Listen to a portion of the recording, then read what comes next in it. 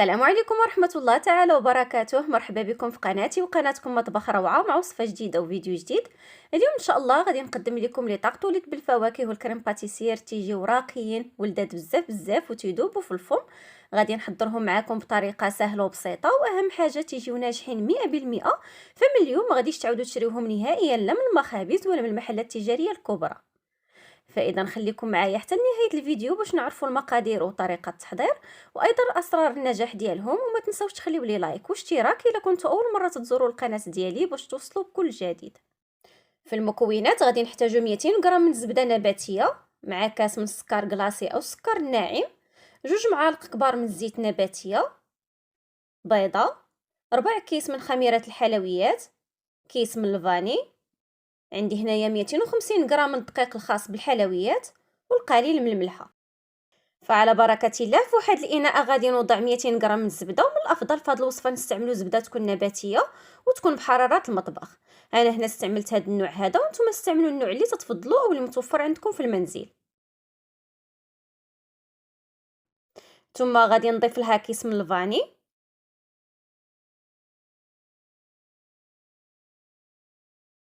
والقليل من الملحه اللي ضروريه في الحلويات ديالنا لتعديل الذوق. ثم غادي نضيف كاس من السكر كلاصي ما يعادل 120 غرام، والعبارات كلها كيف ما العاده غادي نخليها لكم مكتوبه في خانه الوصف. صافي غادي نخدم هاد المكونات مع بعضياتها مزيان بهاد الطريقه حتى يدخل داك السكر في الزبده وينسجم معاها.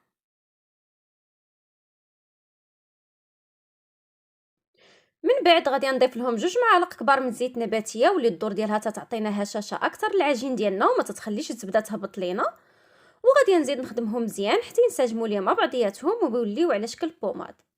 من بعد غادي نضيف لهم حبه كبيره من البيض اللي خاصها تكون بحراره المطبخ، ونزيد نخلط العناصر مع بعضياتها مزيان بهذا الشكل هذا حتى نحصل على خليط اللي تيكون متجانس.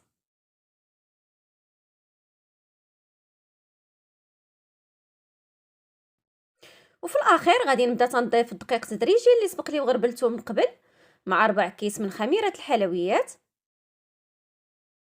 وصافي غادي نبدا تنجمع في العجينه ديالي غير بالاطراف ديال الاصابع بهذا الشكل هذا.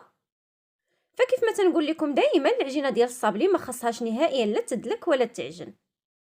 فإلا مشينا حتى عجناها او دلكناها فغادي تكمش لينا في الفران وتهبط، وما غاديش يجي الشكل ديال لي طاغطوليط ديالنا زوين وما غاديش ينجحوا معانا. صافي فغادي نستمر بنفس الطريقه وانا تنضيف الدقيق تدريجيا حتى نحصل على عجينه اللي تتكون متماسكه ورطبه على هذا الشكل هذا. وضعت العجينه ديالي في بلاستيك غذائي وغادي ندخلها للثلاجه ترتاح لمده ساعه. فكل ما ارتاحت لينا هذه العجينه فكل ما تتكون النتيجه احسن. وفي هذا الاثناء غادي ندوزو نوجدوا الكريمه اللي غادي نعمروا بها لي طاغطوليط ديالنا. في واحد الكاسرونه غادي نوضع صفار بيضه واللي الدور ديالها تعطينا واحد القوام كريمي للكريمه ديالنا. ثم ضفت لها كيس من الفاني مع مبشور حامضه مع 2 معالق كبار من السكر سنيده، وهنا السكر تيبقى على حسب الذوق ديالكم. ثم غادي نضيف لهم 3 المعالق كبار من مستحضر كريم باتيسري واللي ممكن تعوضوها ب3 المعالق كبار من بودره النشا. من بعد تنضيف القليل من الحليب باش نذوب داك السكر وتندمج ليا مع المكونات الثانيه، وتنخلط بالطراب اليدوي مزيان بهذا الشكل هذا. وعاد غادي نضيف ما تبقى من الحليب، غادي نحتاجو بالمجموع نصف لتر من الحليب ما يعادل 500 مليلتر. صافي فتنخلط المكونات مع بعضياتها مزيان وتنحطها على نار متوسطه مع التحريك المستمر حتى تنحصل على كريمه اللي تتكون عاقده على هذا الشكل هذا. من بعد غادي نضيف لها معلقه كبيره من الزبده وتنستمر بالخلط حتى تذوب ليا داك الزبده، وهكذا الكريمه ديالنا غادي تكون واجده معنا. صافي فغادي نفرغها في واحد الاناء اللي تيكون واسع باش تبرد لينا دغيا، وغادي نغطيها بلاستيك غذائي بهذا الشكل باش ما تديرش لينا داك القشره من الفوق. وغادي ندخلها للثلاجه تبرد مزيان وندوزو باش نشكلوا العجينه ديالنا.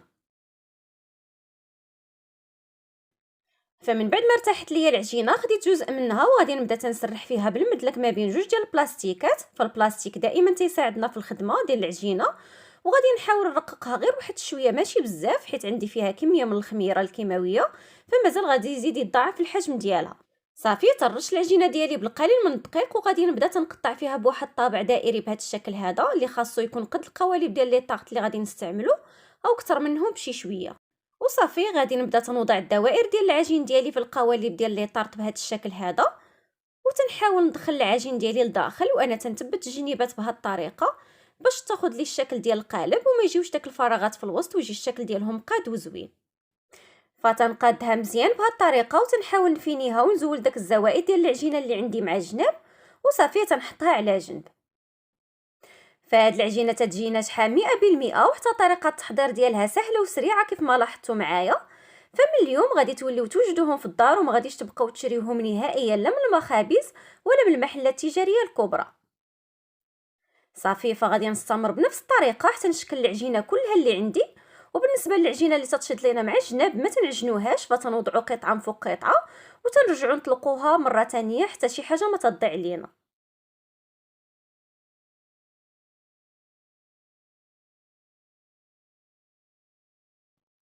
فمن بعد ما ساليتهم كلهم تناخذ واحد الفرشيطه وتنبدا تنتقبهم باش ما تيتنفخوش ليا في الفران، حيت درت فيهم كميه من الخميره د الحلويات فمازال غادي تزيد يضاعف الحجم ديالهم. وما نساوش الجنيبات حتى هما.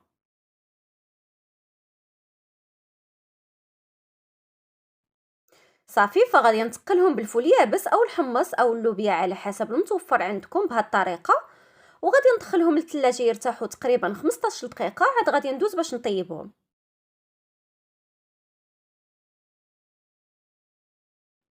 فمن بعد ما ارتاحوا غادي ندخلهم للفران اللي تيكون سخون من قبل، غير تندخلهم تنقص عليهم العافيه وتنخليهم يطيبوا على خاطرهم ويتحمروا وياخذوا لون مذهب وموحد. وهذا هو الشكل ديال لي طارطوليت ديالي من بعد ما خرجتهم من الفران، تيجيو محمرين ومذهبين واللون ديالهم موحد وتيبقاو محافظين على الحجم والشكل ديالهم. فبالنسبه للتزيين انا اختاريت نزينهم هنايا بالليمون مقطع مع الكيوي والفريز والبنان مقطعين. عندي هنايا الكريمه من بعد ما بردات وغادي نحتاج القليل من الناباج. وصافي غادي نبدا تنعمر في لي طارط ديالي بالكريم باتيسري من بعد ما بردات مزيان وطربتها واحد شويه باش تنحصل على كريمه اللي تتكون ناعمه وما فيهاش داك الحبيبات. وصافي وضعتها هكا في واحد الجيب حلواني باش تسهل عليا الخدمه وتنعمرهم بهذا الشكل هذا. وكنصيحه خليو هاد لي طارط حتى يبردوا تماما عاد زولوهم القوالب ديالهم باش ما تيتهرسوش ليكم حيت يكونوا هشاش بزاف وهما سخان.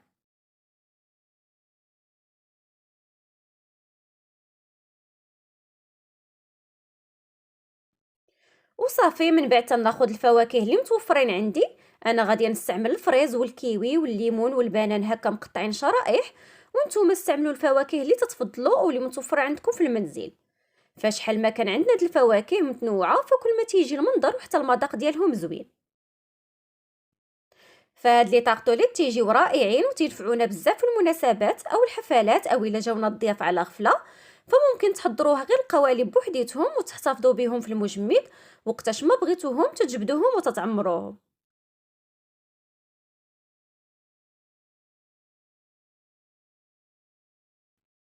صافي فغادي نستمر بنفس الطريقه حتى نعمر لي طارط كلهم اللي عندي.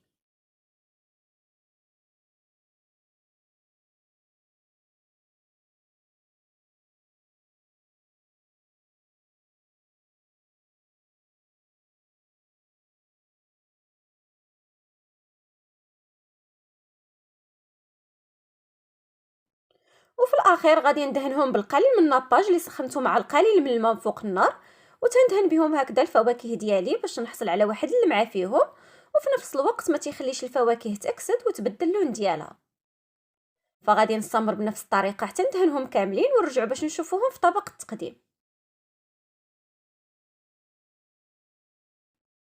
وهذا هو الشكل النهائي ديال لي طارطوليت ديالنا بالفواكه والكريم باتيسير. فكما تتشوفوا معايا الشكل ديالهم تيجي اكثر من رائع وراقيين شكلا ومذاقا ولداد بزاف بزاف ومقرمشين وتيذوبوا في الفم. حتى طريقه التحضير ديالهم سهله وسريعه فعلا تيستحقوا التجربه ديالكم.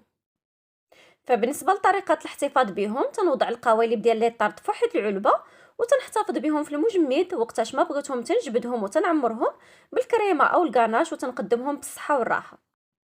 وهكذا غادي نكون وصلنا لنهايه الفيديو. تنتمنى الوصفه ديال اليوم تكون نالت اعجابكم وتجربوها وتشاركوها مع العائله والاصدقاء وما تنساوش تخليو لي لايكاتكم وتعليقاتكم الزوينه وبارطاجيو الفيديو في جميع مواقع التواصل الاجتماعي ديالكم باش تزيد تكبر العائله ديالنا. شكرا على حسن المتابعه والى اللقاء مع وصفه وفيديو جديد ان شاء الله.